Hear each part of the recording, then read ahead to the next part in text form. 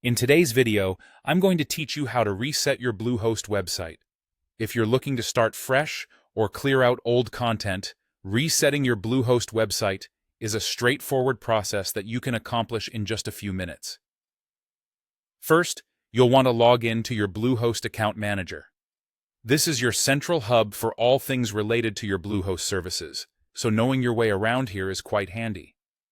Once you've entered your credentials and logged in, you'll find a dashboard that provides access to various settings and features that Bluehost has to offer. On this main dashboard, look to the menu on the left side of your screen. Here, you'll see several options for managing different aspects of your account. Click on the Websites tab. This section is where all the websites associated with your account are listed. If you have multiple sites, be sure to select carefully to ensure that you'll be working on the correct one. Once you've clicked on the Websites tab, you'll see a list of websites associated with your account. Find the website you wish to reset and click the Settings button next to it. This button is your gateway to a variety of customizations and management tools specifically for the selected website. After clicking Settings, you'll notice several different options to manage your website. Look for the Advanced tab and click on it. The Advanced tab is where you'll find more in-depth settings and controls for your website. It's designed for those tasks that go beyond basic site management. Now that you're in the Advanced section, direct your attention to the Site Management category. Here you'll find the option labeled Delete Content Only.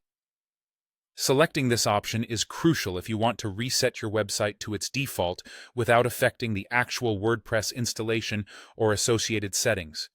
It's like wiping the slate clean, enabling you to start fresh with your content while maintaining your existing framework.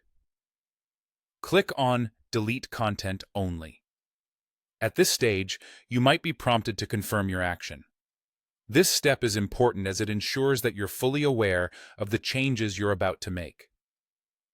Once confirmed, Bluehost will proceed to remove the content from your website.